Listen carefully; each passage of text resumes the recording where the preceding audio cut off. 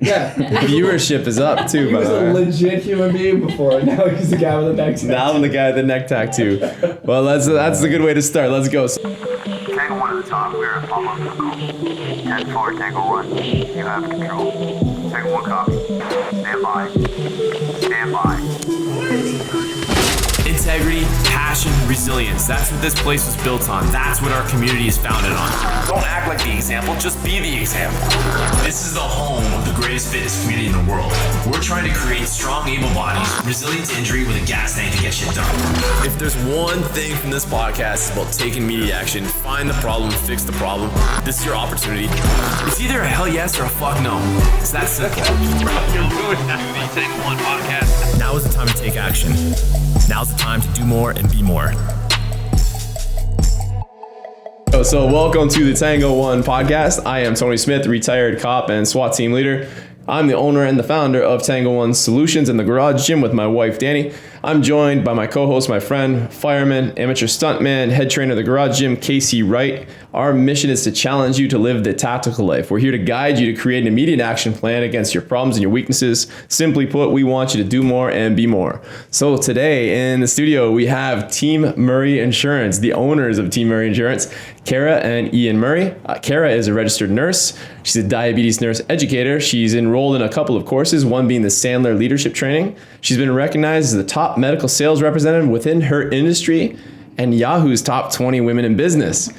Ian is a certified financial planner. He's a life underwriter and an investment manager. He's one of the youngest State Farm agencies in history.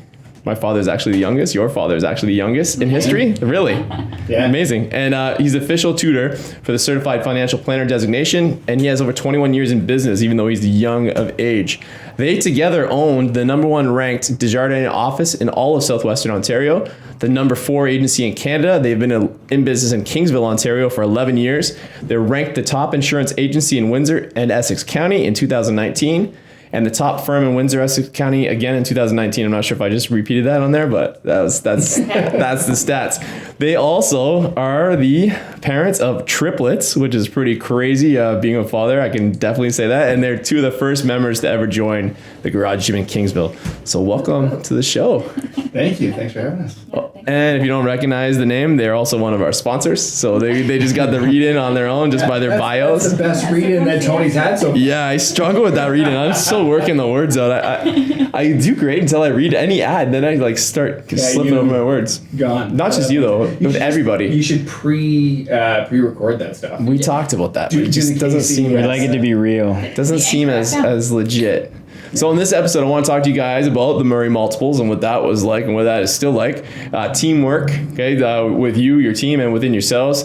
What it's like to be a young business owner and working with your spouse, which is something I can definitely appreciate. Yeah. The troubles and the greatness that goes with that, all in all. All right, so let's go. So you guys moved to Kingsville a long time ago to open up a business. Yeah, it was in... I guess we can say a long time ago. It was end of 2009. End of 2009. Yeah, it was pretty random. We were living in London. We had lived there for... How many years were we in London together? 5 years together. Yeah, 5 or 6. Years, yeah. And then we owned a house in London. I was commuting out to work in St. Thomas. I'd also worked in London as like a bartender and stuff like that. We met actually prior to school in London. So when I shipped up to London, I did Tinder didn't exist back then and those things. So I did the old fashioned, looked her up for email on the Western system because we had met in a bar prior and kind of connected. We went out for, was lunch or dinner? Dinner. Mm-hmm. Went for a study session and then we literally... He paid for dinner on the student card. It's the classiest way to do it. Classiest way to do it, yeah. On a study session. Yeah. What's a study session? Yeah, what is that? Like I think it's the same as Netflix and chill now.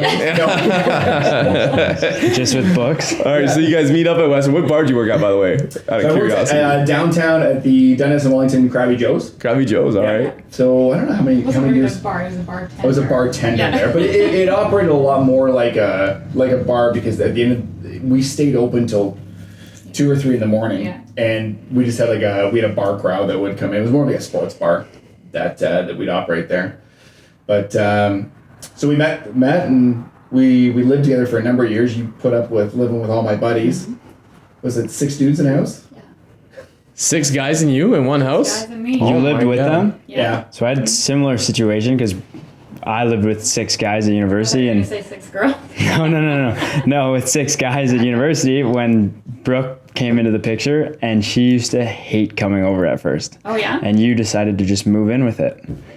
Yeah, even It's like even one big better. happy family though. Like I wasn't resistive. It was fun. Like we had a good time. It was. You were all mother that. hen, I was though. mother hen. It had like 6 or 5 children. I guess Yeah. you could say. So you're prepared for All this. the guys would Yeah, I come was home and like prepared. tell their Right? woes of like what was going on in their Yeah. love life, and Kara would like sort them out and Yeah. send them back out into the real world. It was fun. It was good. And then we ended up buying a house there. Had a I mean, buddy we of did it ours. for like 3 years. We lived with them for 3 years, so it wasn't. Wow. Yeah. So you buy a house, and then the opportunity comes up to purchase the business in Kingsville? Yeah. So we originally we were gonna move to Sarnia. I had actually even started going door to door in Sarnia and asking people, hey, would you be willing to look at your insurance? Would you want to switch? Collecting names and things like that. And then the opportunity came up last minute, really, in Kingsville. We drive down to Kingsville. It must have been in the springtime, eh? I think so. It was a really nice day. We came down to Kingsville. We met with the current agent. He took us around, kind of showed us to everyone in town, and we all were the different neighborhoods. all the different like a neighborhoods. Drive tour. And as we're driving around, there's a guy named Tim Dobson, he's a well-known guy in Kingsville, owned a restoration company, and he's out picking weeds on his lawn. And the guy says, oh, you should meet Tim. So we roll out the window, like, oh, hi, Tim, nice to meet you, because we're driving around in his car. And Tim goes, you got to come down to the dungeon, which is his basement full of, it's a Dead lovely room of death. He's a big hunter, so he just has all these mounted heads all over his basement, and we proceeded to have entirely too much to drink. We basically signed the deal that night, and we have to catch a hotel room. We were still living in London. We wake up in the morning and we're like, what did we do last night? Kara's like, I think we're moving here. I think we're moving to Kingsville. So that's how we ended up down here. Really? Yeah, I'm not it's pretty joking. random. That is crazy. That's crazy. So you were both had graduated by that time, I'm assuming? We both Yeah. Were you married? graduated. No, we weren't married. And I think, what was I, You hadn't even proposed yet. Yeah. Yeah, no. Not that she has a specific timeline. Listen, you try to avoid this subject every time we bring it up. So I didn't have a timeline. I looked at him. I was like, he's like, are you going to say yes when he proposed? I was like, wow, we're doing this. Yeah. It was, so how old were we? We were 22 or 23 when we moved down here. 23. 23. And then started operating the office, and honestly, I was way too young. yeah, Way that too was young. going to lead me kind of into something I wanted to cover. Is I was a young leader in my job, and there was a lot of resistance when I first kind of stepped into that role. So you took over an existing team So that you purchased, basically, right? Yeah. What were some of the obstacles that you climbed, that you faced when you walked in there? What were some of the holdbacks or weaknesses you might identify in yourself? I think that in a lot of ways, being 23, and there's people who've been doing this in this existing office a completely different way than I've been doing it, a completely different system that they had kind of been running on. I mean, there was a lot of pushback. There was a generational gap. There was a generational gap. I There's will a big say, generational gap. honestly, looking back now, I go, they handled it well in a lot of ways. To see this young buck come in, who I was full of piss and vinegar. Like, I wanted to tackle every single thing that I possibly could. I had an enormous ego to try to accomplish the goals that I wanted to accomplish, and they really did take it in stride in a lot of ways. But it was difficult for me because I'm going, well, why don't you just want to do it this way? And there was always a bit of I was pushback. trying to get them to be salespeople when they weren't salespeople. And I didn't realize communication styles back then, right? I thought there was only one communication style, just the way that I thought. And I mean, as time went on, I mean, really more and more recent years, and kind of understanding how different people communicate things, how they retain information, or at least understand information. it's made a big difference in how I communicate, because 2 of them are still with us right from the beginning. Well, that's great. It's unbelievable. What were some of the things you might have done differently had you taken it over today?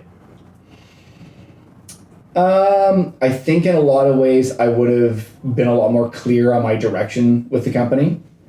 I would have probably done less of it by yourself. Like he did. Yes. He did everything. He had to meet certain criteria after a year. Like you have goals to meet in order to get a full contract, essentially. Set out by Desjardins. Yeah. Yeah. Okay. And at that point it was State Farm. At State that Farm, point in alright. time. Yeah. And you had to meet goals, and if you didn't meet it, then you didn't have a job at the end, right? And Yeah, even so- after you'd spent all this money on the book and spent all this money, I mean, that place was in shambles when we went in. Yeah. And we literally outfitted with all new furniture. We repainted the whole place. We put in new carpet. We renovated the entire building. So we have all this money out the door. And at the end of that, they gave me 11 months. So it wasn't even, they didn't give me a 12 month. They said, in 11 months, if you don't do what you said you're going to do, kiss it goodbye. Yeah. And it was ridiculous, because I mean, we moved. We didn't know anybody. We bought a house. We hired everybody that was in that office. We spent all that money. And there was literally, at that point, there was no question in my mind that we were going to be fine. Because you knew that you were going to do it. It was blind stupidity. So he didn't have. I'm going to answer this question for you. Go. It's just beating around the bush. Yeah, go. He didn't have an idea of like what type of team he needed to achieve that. He was just like, I'm going to go and do it. Yeah. And he had some support like team members. And so he went out and did it, and he worked day and night nonstop. So I bet you if you could do it all over again, that you would probably align yourself with more of a team. And 100%. Because yeah. do you remember that time there's like the trips you can, if you do certain things, you can qualify for these trips. And I remember, and it's funny because you kind of end up paying for the trip anyways. But we're on this trip, and you're with the top people in the company. And Kara and I are sitting around a pool, and we're talking to like all these people who are probably 10, 15 years older than us at least. And they've all done great things, and we've qualified in, and they're like saying, yeah, my team is fantastic, and how did you do this? And I'm like, I did it. You did all the sales, all the policy management, everything. And I never remembered feeling more depressed over something that I had done in my life, because I just felt like a complete failure. I was like, I can't believe that the entire time I've been trying to do this alone. I've been like trying to be like this rugged individual. I'm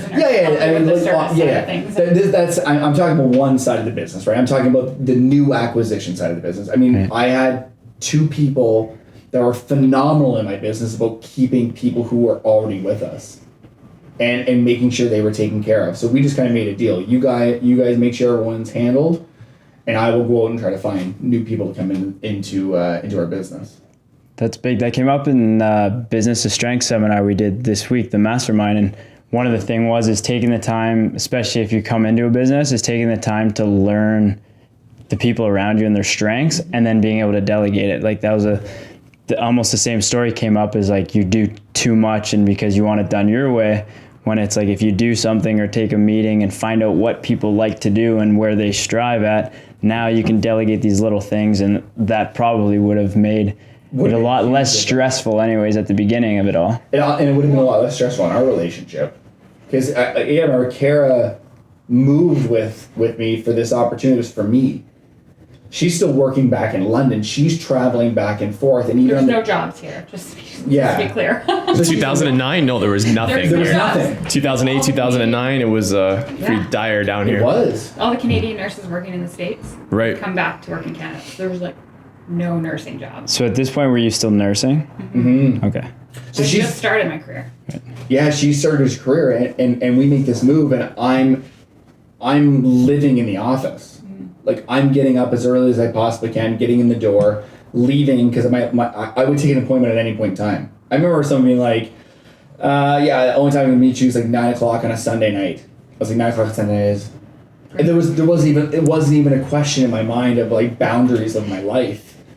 It was whatever, and I will meet you at any possible time. And like text messages, handing out my cell phone like it was candy. And I would get text messages when we're sitting at home. 8, 9, 10 o'clock on a Sunday night. Hey, I'm looking at purchasing this car. Can I get a quote? Yeah, no, not a problem.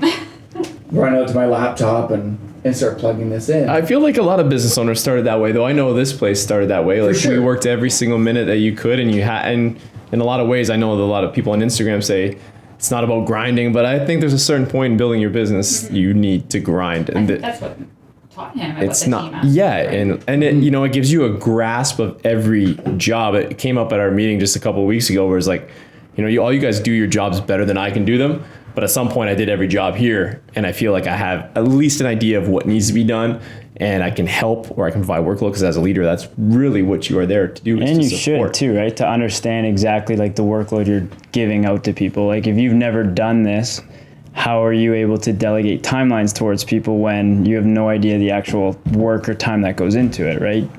For sure. And I think that's, as you get farther away from that role, that becomes a little bit more difficult, right? Because you don't have that full understanding. But it took a toll on us, because even the times where Kara was coming home, because you were a trooper. You were driving up to London. You were couch surfing with friends to work her shifts in nursing. Time of my life. So you were like working, what were you doing? You were working in the hospital? Working in the hospital, 12-hour shifts, like the rotational shift, like the 2 days. Oh my God. off. Yeah. Wow. So I got to stay with my grandma and grandpa though, and I got to spend like some quality time with them, spend some time with friends, and like moving to Kingsville where you don't know anyone, and like letting go of your like core group of friends. It was like a weaning process for me in a lot of ways. And we had a great group of friends in London. We were the house. Like, it was, everyone came to our house. It was every weekend we were kind of throwing the party. We would have people just randomly stop like by at night. At our house in Kingsville. It was Kingsville isn't like, when we moved there, it wasn't as like there's a lot of young people there now. Like, there's a lot of young families, young business owners. There's a lot going on it's there. definitely an up and growing city. Kingsville still has that reputation though, like, which is weird, because it's like basically like how Walkerville is. It's kind of so like cool Kingsville reminds me of Walkerville and Windsor, which is like the trendiest spot without being surrounded by some of the worst spots in Windsor. Yeah. And when I went to Kingsville, when we first decided to open up there, everybody was like, "Oh, your crowd isn't there. Those people for you aren't there. It's all retirees." And I'm like, "I don't think so." And you guys are proof of that, because there's like all kinds of people just like you guys, just like us, that are there. We would slam the brakes on the vehicle. We'd be driving down the road together, and we'd see a young person like walking. We're like, "Whoa, a young person! We should probably stop and talk to them." Introduce ourselves. Here's my card. Yeah, exactly. It was so hard, especially coming from. Guys, want to play Monopoly tonight? Yeah. All right, so Kara, so when you and I met first, when you joined the gym, what were you doing then? You were working for a pharmacist. Yeah. Okay, so you're going back and you're still traveling quite a bit, weren't you? Not driving? I wouldn't really, no, because my territory was Windsor and Chatham. Okay. So like I was home every night, minus if we had to go to like a meeting or I had to travel for another meeting. Like, yeah, it was for meetings. So you did nursing for how many years? 6 years. And then did you go back to school for pharmaceutical? No, they hired me because of my nursing background. Perfect. So, yeah, we tried to work together because I was done with the community. Oh, yeah, the first time I was around. like, I can't do this. Oh, I didn't realize this. So you tried to work in the business before. Yeah, we tried this once. Sorry, I might have missed it in the novel. You No. sent me here. No, I don't think we wrote that down. Do people not give you those kinds of answers?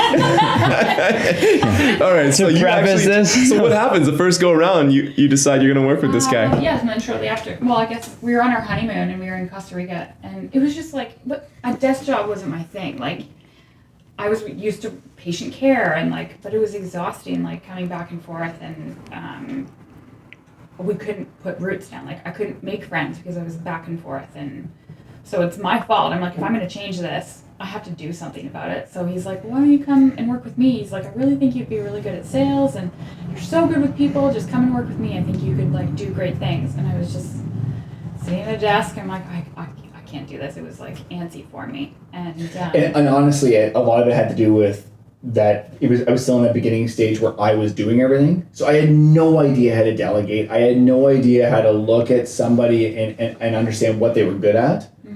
And how they could, I was still really so young. Anyway, we were trying to solve a problem with the incorrect solution, but we were on our honeymoon, and I was like, I have to talk to you about something. I don't want to work there anymore. So you broke up with him on your honeymoon. Business No, broke up. The no. business breakup. The business breakup was on the honeymoon. Yeah. So it's funny you guys say that because when Danny first started, like she had really nothing to do at the start of the garage gym, the actual route in our house. It was just kind of like my like pastime. Yeah. She was pregnant and, you know, or maybe just after the Having boy. people show up at your house. Yeah, and you know, and then like she started to take interest in it. You know, she did have something to do in the terms that she pushed me in that direction, but she wasn't directly involved in the business. And then she started doing some like training sessions. We got her some courses, and then that's when like there was a little bit of conflict in our house too. It was like, you know, I was going out watching her, and then I wasn't happy with what she did, and then you know there was like that the argument kind of went back and forth. And then as I became a better leader and learned more about just Was it like when she got Jim Jones certified, and you're like, no, once she got all the way there, but yeah, I mean, by that time we had kind of smoothed it out, but it was a rough start. You know, the dynamic of being in a relationship and then being in a, you know, in a business together. So let's fast forward to that point. So you decided this is in the last year that you were going to join up. How long ago was that when you joined up, back up with this right now, presently. Guys, Yeah. yes. So I did pharma for 6 years. Okay. And I got my sales business. I had no business experience the first time I did it around, right? You have to keep that in mind. I was like patient-centered, doing the dirty work, like right in there. And I was the adrenaline junkie, wanted to have like all the traumas come in. Like I was ready for that. And then I went to office space and I was like, this is too boring for me. And then I did pharmaceuticals and it got me like my business mind and shaped me and helped me understand that, like develop a passion for it. And figured out that I was like, I loved sales, like I loved developing relationships with people. And then it was last November that we joined. And you had great leadership there. Had exceptionally, like to go into an organization, like it's a huge corporation. AstraZeneca Canada is like massive. It's global, but our Canadian company is awesome. And I had like the pleasure of being coached and mentored by like such amazing people, and one guy in particular was my manager for I'm going to say 5 of those years. Say the guy's name. Give him some Jonathan credit. Eckert. There we go. I was going to say it. I was just trying to figure out how long we worked together for, and he just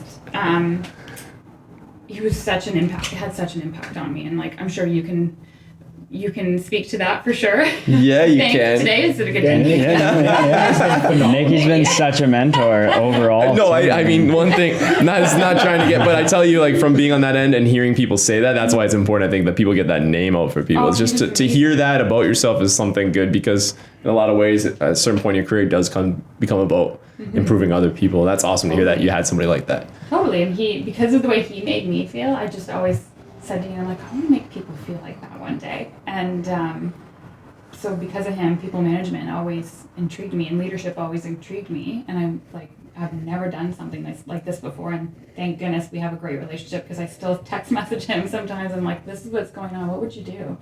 And he's a great source of support, and still a leader, like an example of leadership for me. But yeah, so that is one of the reasons I jumped over. He kind of planted the seed. We were talking about that on the way here, about how this all came about again. But it was like a year and a half before I actually jumped over that you had said to me, we could really make this work, and you put together a business plan.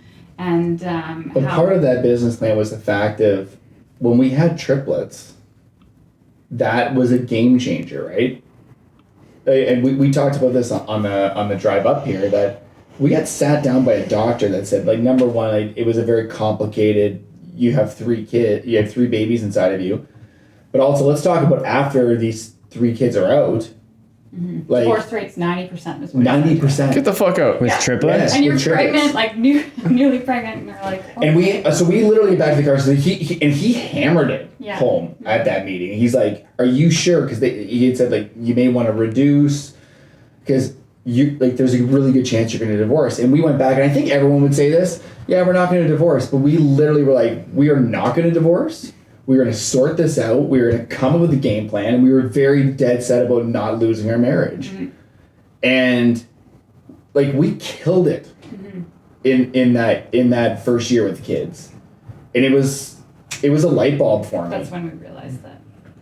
And to bring other people out, so you guys, like, looking at your story, knowing your story, you guys tried for 5 years prior to have one kid initially, right? Yeah, we got pregnant a few times and had some heartbreak, and then eventually got some fertility assistance and tried for did a couple rounds for a year, and then lo and behold, had a litter of puppies growing inside me, and got pregnant with 3. So it was The Murray multiples were alive. We're born. And we did a lot of stuff to prep for that. We did a lot of planning, one of which was I built a team so that way I could spend time at home with Kara and the kids, which is one of the best years of my life. Very few dads specifically can say, hey, listen, they spent the bulk majority of the first year with their kids. I got to feed my kids. I got to be around my kids. I got to cuddle my kids. I got to be around for funny little moments, and every single one of their milestones I saw, which is one of the coolest things I could ever say. But there was no. It didn't happen accidentally. Really. Yeah. We had to come up with a plan for it. What are we gonna do? This is a. You can't. We don't know what we're doing as parents. Yeah, I feel like with my first kid, you're so lost, and tired, right? Yeah. And tired. And I wasn't around, not I wasn't around very much. And I cannot imagine Danny raising 3 at one age. For sure. It's different with maybe 3 that are spread, not to take away from anybody who's raising 3 different kids, but No. 3 at the same age when they're all feeding different. in the middle of the night, or napping at hopefully the same time. How is what are some of the crazy things that normal parents, people who come out with one kid wouldn't think about? It's honestly the hardest thing to sleep, because no matter what, one could wake up and then you finally get down and you can go and sleep, and then it's inevitably another one would wake up. So you really didn't sleep. And so came November, I wrote about this, but we just said we can't continue like this. So even though we have no money, I'm on mat leave pay that's going to cut soon.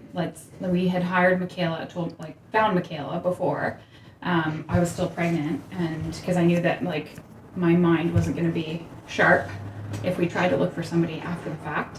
And so we found her before, and then I called her in October and can you start and come and help us? And she's like, oh yeah, when do you need me? I'm like whenever you can start, can you start? And can you work nights? And she's like, yes, I will work nights. So we put a plan in place, and she came and worked 8-hour shifts so that we could literally sleep. One of us would get up and do a midnight feed, do the middle of the night feeds with her, because they're premature. You have to feed them around the clock to make them grow. Right. And so she came into her life and completely transformed her life. Because if you can get even 5-6 hours of sleep, you can do Incredible. anything the next day.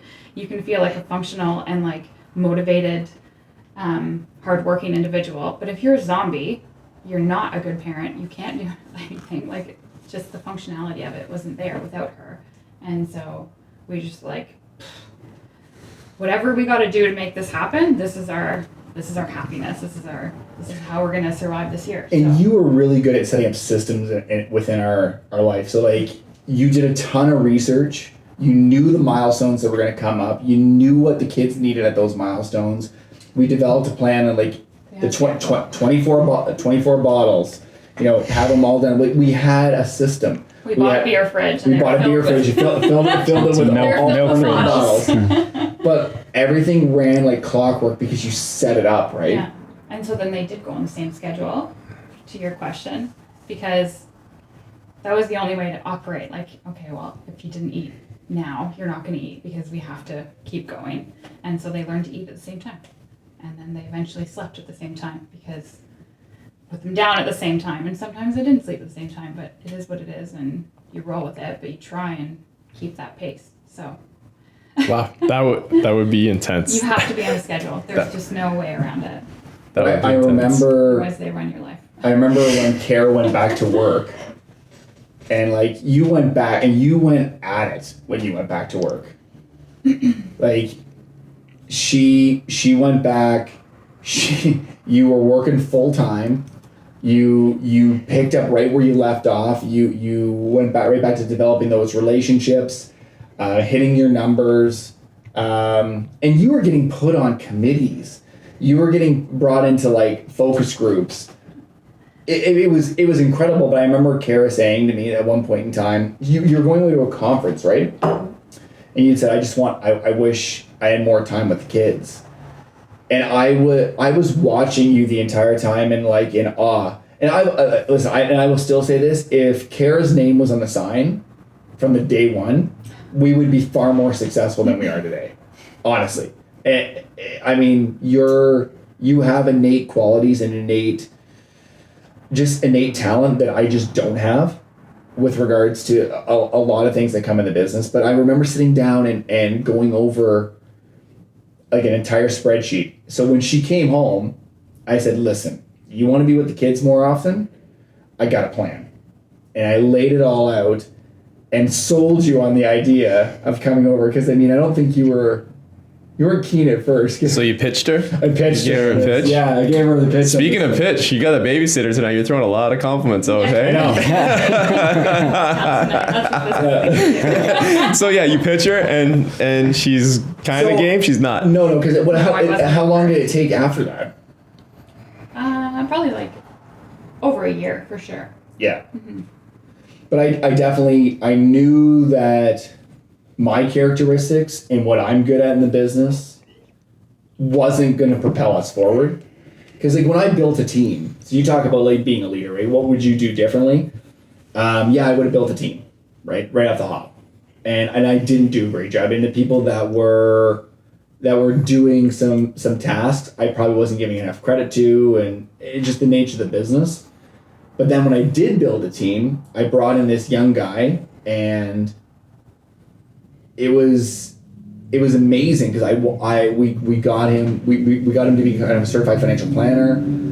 He was young. He did he was hitting numbers that were incredible. I was coaching him like crazy, and I was loving it. But at the end of the day, what I wasn't actually noticing was he was destroying my office. Like my team hated coming to the office because this guy was such an asshole. He was terrible to the team. He was cocky, condescending, and I just wasn't seeing it because he was kind of placating to what I needed done. So do you think you weren't seeing it because you didn't want to see it? Because it was making you happy at home? Or do you think you weren't seeing it because you weren't That's a good question for people to learn from. Yeah, it's happened here before as well. I wasn't seeing it first off because things were getting done. Like the stuff that we needed to get done was getting done.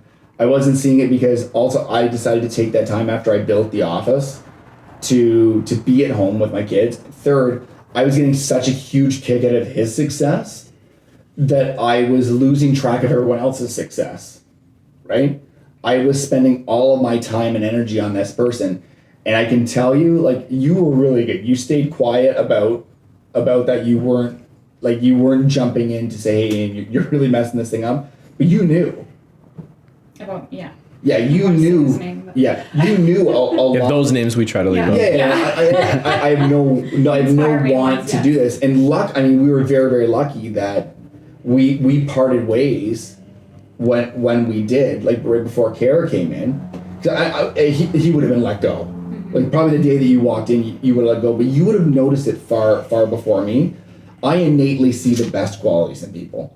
I don't think objectively. It's funny, we did that Sandler training, right? Mm-hmm. And they make you kind of go through kind of a personality assessment. And I think, I can't remember what it is, like decision making. Problem solving.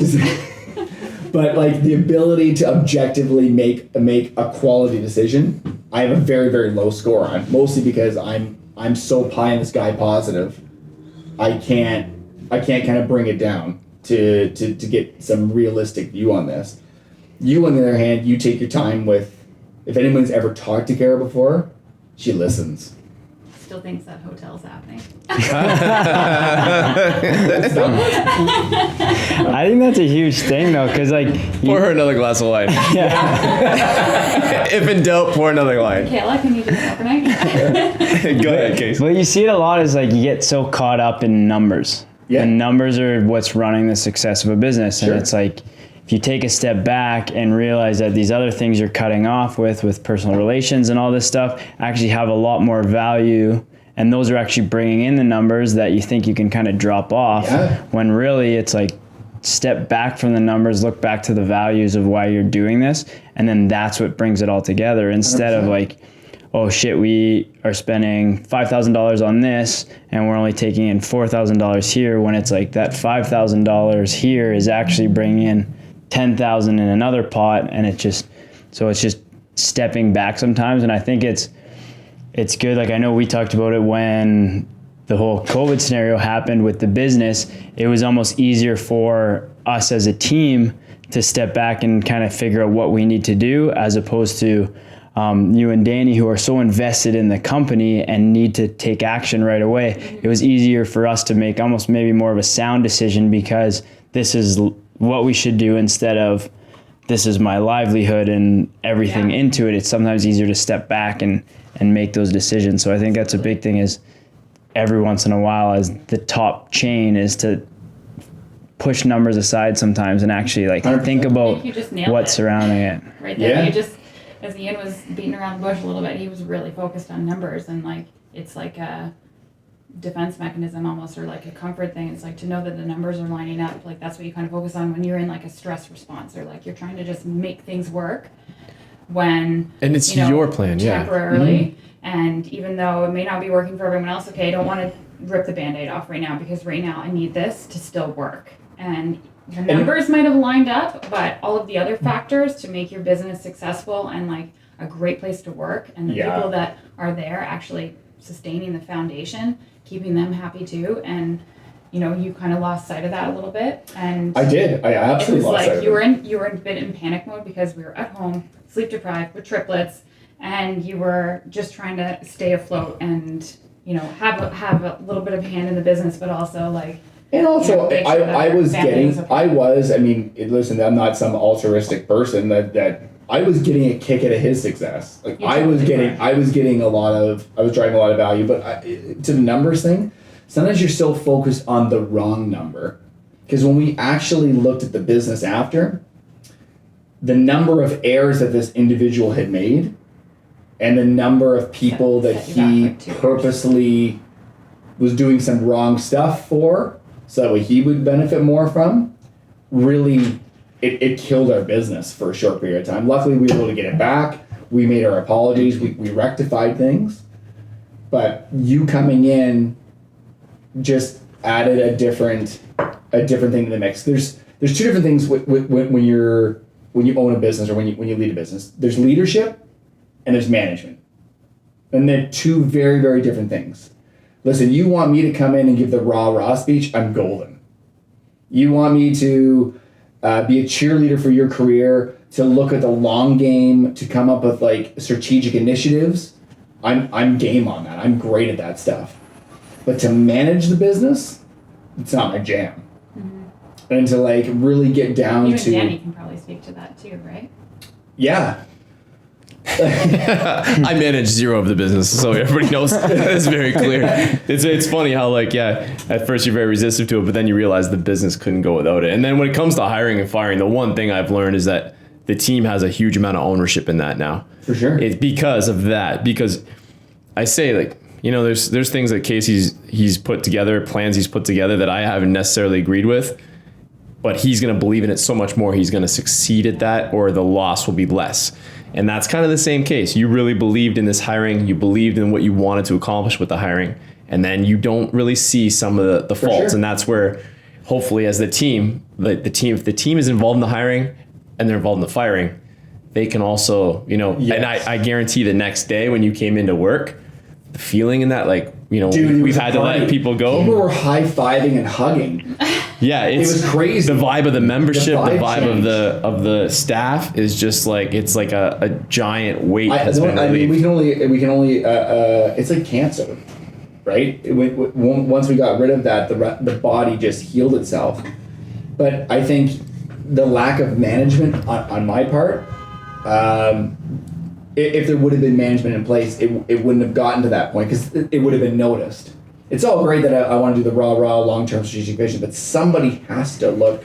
He also doesn't like conflict. Either. Yeah. I mean, and the membership too, like, which goes for you as your customers. You know, there's days when an email will get read to me and my answer is cut them. They're done. Mm-hmm. And it's without it's not I hate that person. It's not anything personal. It's just they don't meet our values, and they are going to be a cancer on our membership and upon stressor on our team. It's not worth your But the issue $180 is, a month. It's the same with sports teams though. Like you see it all the time with these big league teams, and it's like they get the top prospect on the team and people are so hyped about it, and the coach is in love because they have it. And I've seen it firsthand with teams, and it's like you get, yes, this guy might be the best player in the league. He doesn't like going to practice. He doesn't like doing this stuff. And the locker room's falling apart because of it. And it's like, you see it and it tears teams apart. And it's the exact same thing with business is like, yeah, they might have the best numbers or they might have the fastest 40 time, but in the locker room, if they're creating conflict with all your guys, they're not putting in the work in to study the playbook, they're not doing the stuff, the whole team falls apart. So you came in and you're the very first thing. So I read I read a ton of business books. One of them was Traction, which you guys have talked about on this podcast before. I handed it to Kara, and you implemented it. Like I literally handed her. Well, that's one of the roles in Traction. There's the visionary, right, and there's the integrator, right? And I like shiny things. Your role, yeah. Did it for you? Was it Danny that did it for you? For the most part, she integrated most of the stuff. I mean, we worked on it together, but she's the more day-to-day management of everything. And at one point, you guys had it.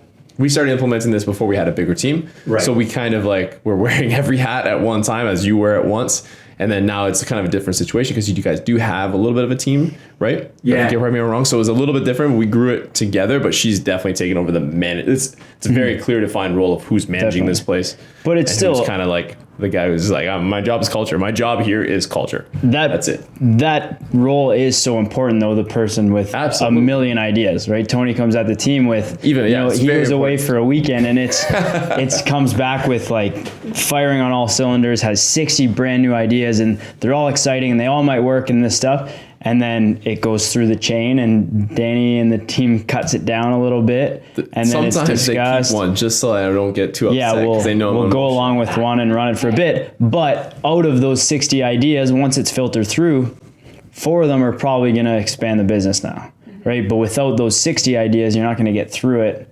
It's every role is so important when you're kind of working your way down that chain. It is. You know what's funny is, so he is that person. He's Tony, and prior to it's still like a lingering joke in the office because he would come home from a weekend and have we're gonna do this, and this.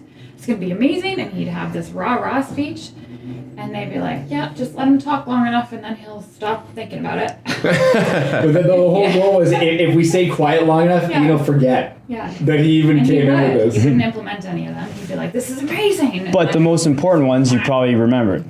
Right, so to an extent, probably the big ones, those 5 out of the 40, you probably actually wrote down, and you're starting to create plans about them, not just the actual. There was always a long-term plan on a lot of the good stuff. It's just that the short-term implementation, I couldn't accomplish. I couldn't sort. Well, you filter that down through the team, and I think that's huge because that it kind of goes back through the filter and then back up to me, where I'll work on a bigger overarching plan, which will then get put back through the team, filter back through, and that's where I lack the skill is moving forward without moving forward.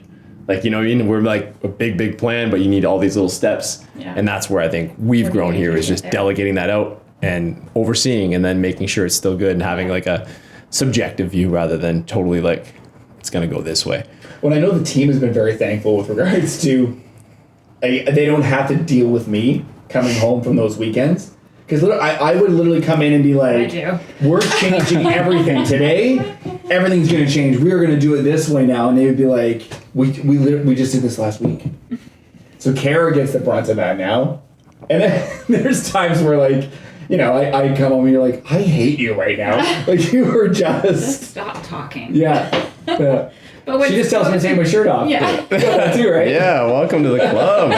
Garage gym. All right, go ahead, Karen. You know what you do really well, though, and what was inspiring you guys, for everyone that doesn't know, you invited us to the Tuesday team meeting so that we can see how your team does it. This is prior to us launching our EOS system. And you do a really great job of incorporating everybody into the meeting, and everyone has their own, not only just your own role, but like their role in probably disseminating or filtering out what your ideas are. And you do a really good job of delegating of who's going to do what. Like you make sure that they come up. It's almost like you guys come up with the tactics, and you're like, okay, you're going to do that. Okay, great. That's you. And that was like so empowering for me to walk away from that. And because it was like, we walked away, I'm like, that's exactly what you need.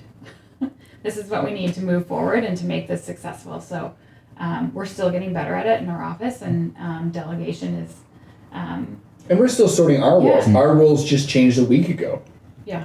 I gave up being the leader of the sales team last week. We made that announcement. And Kara's actually taken over the management and the leadership role of the sales team, and really more effectively of the office. Because at the end of the day, you're just Sounds like it's like aligning with what they've got going on too. yeah. It's just you're better at it. And then the next goal, though, I mean, you guys do what you want, but my recommendation, though, and where I went wrong on the SWAT team was I wasn't working on developing the next me. So I was doing a great job of delegating work, of getting shit done very safely, and doing a high risk, and and caring very much. But I wasn't developing the next guy to take my spot. And then when all of a sudden you realize that maybe it's another business opportunity, maybe it's another set of triplets, whatever it is. But there's going to be something. And for me, it was the a new boss takes over and is basically you're tenured out. And I was like, oh fuck, if your goal is, and I saw on your bio, and it's definitely something I want, is to leave everything better than you started it. Yeah. Then you need to be, who's going to who are you developing they're going to take over the sales team? Yeah. And because maybe it's growth, maybe it's another opportunity that you guys need to seize. And if you don't have somebody ready to go, and even to my next leaders, the job, everybody here needs to be replaceable. That's the one thing we're getting through everybody's head. And we talked about that this week, is basically so if I'm the head of our online division, I need to have all the information set that if I were to leave tomorrow, I can hand this off to the next person and they know what's going on. So if someone's sick that day or someone's not able to do this part, for here, a simple example is if you don't know how to turn on our online Zoom recording in the morning, right, and you get called in as a part-timer, it doesn't get done. And right, so it's our responsibility to make sure that everyone that we delegate to knows exactly how to do our job, or at least knows how to get by until we can give them more information on it. Mm-hmm. So it's just always having the information. And then the leader itself needs to take the time to go from the underneath and be hey, what are you doing here? Mm-hmm. You don't have to understand every circumstance around it, but you need to I don't know anything about being a sniper, but I knew the basics of how they operate, so that if I had to coach that up, I can do the best job that I can. And that's, I think, our job as leaders. So you guys are always in my ear, both of you guys, about team building. What are you guys trying to do differently, and what's maybe some of the things that, because this in your industry, and then knowing a few, I just don't see other people doing this. That's one of the things I respect about you guys. And usually people that are asking questions are big thinkers, and that's usually leads to good leadership. So what are you guys where are you working on the most with the team? So for me, kind of bridging off of what we just talked about, making sure that everyone's prepared, but it's also that future mindset, that growth mindset, because everyone that we're trying to hire now to grow our team has a growth mindset. So they don't want to be doing the same thing, or imagine they don't want to be doing the same thing as why we hired them. It's because they have, a motivated mindset, a growth mindset, a be better mindset, to not just be doing this for the rest of their life. So what can they do? What can we create to create more options for them to grow in their own professional development, is where I'm coming at. Yeah, and you do a really good job on the coaching aspect of just their motivation, and are they doing the right things, and just a really, really good job of understanding where they're at and growing them personally. Whereas I'm on the other end of things, right? There's an overall arching vision for Murray Insurance and Financial Services. And the overarching vision is the fact that we are a home and auto insurance provider, but we also mirrored in with financial planning. And we're probably the only one in Southwestern Ontario. I would say I would argue we're the only ones in Ontario out of the Desjardins crew, or even out of any other home and auto insurance provider that really does this. I'm passionate about the certified financial planning. I'm passionate about the financial planning process. And my goal is to get those people to understand that when they're talking to someone, we have an opportunity to better that person's life. So as opposed to a sales pitch, where, because we have a major problem in our industry. We're not regulated, eh? You can be a roofer and call yourself a financial planner. There is absolutely no barrier to entry to being a financial planner. So title regulations coming around, you're going to have to be a CFP, a certified financial planner, in order to call yourself a financial planner, or even a financial advisor. But my goal is that they have a holistic view to understand that even if we can't take care of that issue, because listen, we have a limited amount that we can do. We're not lawyers, we're not accountants, we're not bookkeepers, but we can see with what they're talking about to understand, hey, listen, what you're telling me right now is an accounting issue, and you need to go speak with an accountant. You have a cottage right now, and you're looking at selling it, and there's it's called the principal residence exemption, and you can use that on the cottage at that point in time to sell that thing, because maybe your home hasn't gone up as much in value, and you need to go reach out to this accountant to be able to take care of that. And that's where my main goal is, because that's where my passion is. Where maybe your passion is with regards to the workouts, or Danny's with the nutrition. That's where my passion lies, and yours really lies with the individual development of somebody. It's been great to separate that. That's a long answer on that. I think too, just with, so insurance, everyone's like, okay, well, that's it's insurance. It's not so exciting or anything like that. But the point is, you and I are now aligning a team that cares about, we're not always going to sell on price. We're not going to be the cheapest person all the time. But what we are damn sure of is that we're going to give you service and expertise that will make you will leave feeling confident, and you will leave feeling like you have peace of mind of what your plan is. And if we can't create that plan for you, we're going to find someone that can, because we can't insure everything, obviously. We can't, if it doesn't meet your needs, and we're going to give you to Paulo at Hub if he can do it for you. Shout out to Paulo. Yeah.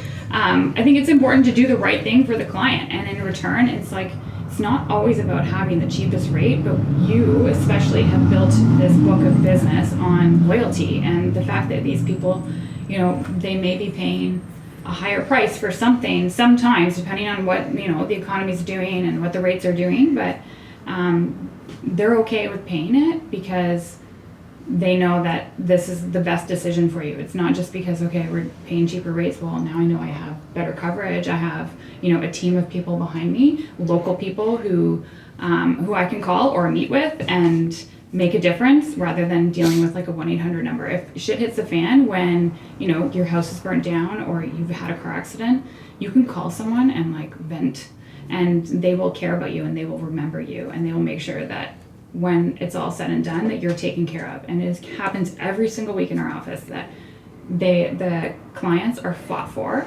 and when they're not being, they're not getting, that's the whole purpose of an agency. That's the whole reason why we're there. That is the reason why we're there. A client advocate. And we've garnered a lot of. It's not just transactional in our office. No. Yeah. But that's good, because building your business like that means that when COVID hits and you have to close your doors, everybody stays. That's how building through integrity and through passion and through honesty. And that's our number one core value. And the very first thing on our core values is do the right thing.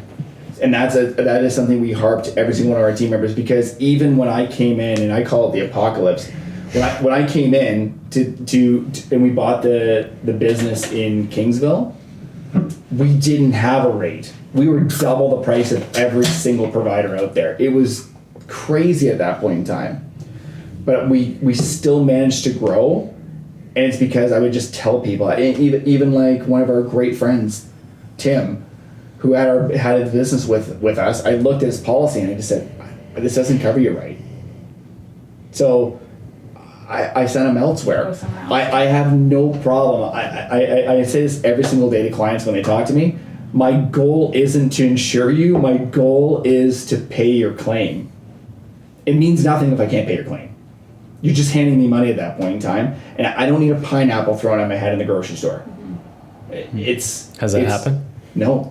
But the other thing too is the other overarching goal with us is that, and you guys do the same thing, is like our biggest thing, or one of the biggest things is to be involved in the community and to give back to the community, because all these people have trusted their security with us, and we want to leave it better than when we found it. And there's a lot of people doing that, but we've been super fortunate, and we've got to give back to that amazing community that has created that for us. So that's what you want to hear. Yeah. It always comes full circle, right? And I think that's a big part, is when you concentrate on the right things. And Mike DeFazio talked about the same thing. He's like, you can buy this table from me, it's gonna be custom, but if you want to spend $500, I know a guy who's gonna sell you that $500 thing. And it's like, why 100%. Why try to compete when someone's not in your market? It's like, if you are able to send help to other people, they're going to send it back to you, and it's going to come full circle. And I think that's just awesome what you guys are doing, for sure. Yeah. laws of attraction. In our mission statement, we tell people here, it's like SMART goals, have SMART goals, right? Which is like specific, measurable, attainable, blah, blah, blah, right? But at the end of the day, the biggest goal of the Garage Gym is to like spread positive influence to as many people as we can every single day. And why I love that goal is because every single day I wake up, and it kind of dictates how you're going to order your coffee. It's going to dictate how you're going to interact with the person walking down the street. Every single one of the guys who walk our block all day long that clearly have their own issues to deal with, that you say hi to them. It's just going to continue, and it's something that you'll never attain. And that's what I love about that goal. Maybe not the smartest goal, but a goal that just keeps us moving forward no matter what. You have infiltrated that. You and your team have infiltrated that into your membership community. Yeah. Because we talk about this all the time, and we tell people who aren't members yet, and we talk about it with people who are best friends now that are members, that a lot of what you do and the impact that you've had with your mission and all of your core values has totally impacted our life. And it's created a group that we understand and we love and speaks the same core values that we have, because you guys have already built that community. We walked into a gym with people that were already like us. Well, don't forget that you guys and the Noahs and Kara, and Karina, Kara, but all the people that first started with us, Tara. Yeah, the Duns. Steph, the Duns. You guys built that. You guys built that. We were the ones who moved into that town. So we are forever grateful to you guys, and we love it. And we're happy that you guys are moving next door. Yeah. When does this happen? Yes. So we take ownership in November, but we're going to renovate it it's a coffee shop right now, and we need more space than what's currently there. So we're going to enclose it and renovate it and make it into an office space. What are you gonna take into the front deck there? Is that where? So we're gonna operate under its entire footprint. So that includes our patio. I think it's crazy exciting. We're pumped about it. We'll miss Craig at Red Lantern, but he's moving around the corner. I think at the end of the day, it'll be better for his business. Honestly, yeah, we think that it was a win-win-win scenario all the way around, right? And honestly, after we had chatted with Craig, and just honestly, it's kind of like. When you want something bad enough, the whole universe just kind of oddly aligns with it, right? That spot came up on Main Street. We needed him out, open up the opportunity for him to move there. We didn't want him to it was kind of it was hard at first to go in there and even just view the place, because he's like, I really like it here. And the fact that other to be a coffee shop on Main Street is what Kingsville really needs. And I think he's gonna kill it, and I think he's got a great product. Yeah. And Kingsville already loves him, so I think that's once you're in these small towns, you're in. Through COVID, so what are you gonna do when an obstacle hits you? Is you got to create some type of opportunity, and we were looking for a year and a half for a place on Main Street, and Main Street commercial buildings in Kingsville are A, rare, and B, expensive, and we just we couldn't do it.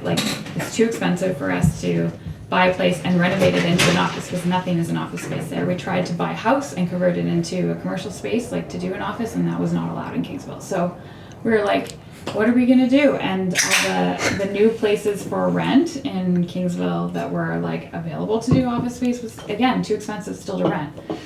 And thankfully, I don't want to say it too loud, but like, you know, something that we did learn through COVID is we're so accessible virtually, and people just Google your name and they find you through, like, they call you and they'll just figure out where your address is through Google for the most part. And referrals. We've been so fortunate in Kingsville. We've learned Word of we don't mouth need goes so much further Yes. than a billboard to an extent, obviously, right? But we learned that we don't need to be the person on Main Street, that everyone's going to find us online for the most part. And so it gave us that time to step back and realize, okay, why are we aiming to pay all this money for, you know, prime real estate property when we can like have like a really sweet place to own and build our, you know, And we can reinvest back space in more team, because yeah, like our team kicks ass right now. yeah. They're a ton of fun. It's a young team, and we Motivated. if we're not spending all that extra money on real estate, we can add more to that, right? Maybe more locations. It's exciting. The future's exciting. Good. That's what we want to hear. The future is exciting. I have one more thing to bring Yeah, up bring it. before we end off today. So Ian, I understand you're a boating champion. Yeah, What does this mean? Did you You- write that? you It actually. was in the notes, yeah. The what we must cover. Yeah, Yeah, there was somebody. And there's wrote a in little here, boating quotation champion. underneath it. He can park a large vessel in a small port, Tight space. I believe. Jesus Christ. Yeah, and I think Kara must have had a couple glasses of wine when she wrote I that did one. not write that. Ian's followers are gonna go up after this. Yeah. Listen, No, you give me a boat, I can dock it anywhere, You can dock it. You can- any size. Have you been boating in Lake Erie? I have. Okay, so we owned the boat prior to having children. When we found out that I was knocked up with 3 babies, we sold the boat because A, wasn't big enough for 3 kids as well, but what are you gonna do with 3 kids on a boat and like the safety of it all, right? So anyway, we sold it, but prior to that we had a great boating life and loved life. And he grew up on a boat, and so he was always very confident behind the boat. And there's a number of places, especially in the States, like in the American Islands, Put-in Bay, Kelly's Island, Middle Bass, like there's just some like crowded marinas, and he's found himself into some crazy situations, but it's like he just gets in the zone and he can literally not like, and we didn't have a new boat, so it wasn't like it was easy to No, To no, operate. now that we had a joystick. But we he could made park it look this thing. super smooth, and people would watch. Like people would be on the sidelines, like, "Oh my god, this guy's gonna crash into my boat." Remember, one guy was like sitting on his like enormous yacht, and the nose of our boat was just like going right by it, super slow with like inches to spare. I'm like, "It's gonna be okay," and he just friggin' nailed it and parallel parked that sucker into. Impressive talent. It's amazing. I park large vessels in small spaces. Large vessels and small faces and make a lot of ideas. Yeah, You never want to insure your own boat. yeah. I mean, yeah, had it somewhere else. Yeah, we'll get into your boat insurance, the story after we close the mics. So anyways, I want to thank you guys for coming here, and you guys are doing great things, and thank you for being such a huge part of our gym and the Kingsville community, no, not thank just you for within the being gym, but like leading the charge when it comes to charity and everything else. So thank you guys for being here, and cheers. For having us. Cheers. Cheers. It's a wrap. That's a wrap.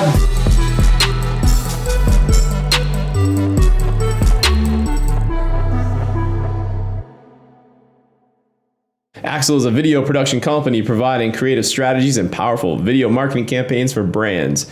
They provide creative video services for small and large companies alike, having worked with brands such as the Garage Gym and the Toronto Raptors. See, I knew I'd butcher something. Are you a motivated business owner looking to launch a new product or service? Axel has the experience and the know-how to bring attention to your brand through creative video marketing. Axel Films came on the Blast Camp this weekend, so they are now battle ready and officially ready to take on whatever challenge you have. So if you're gonna reach out to them, they are ready to capture you and capture whatever your idea is, edit your final concepts. Just tell them that Tony and Casey from the Tango One podcast sent you. AxelFilms.com.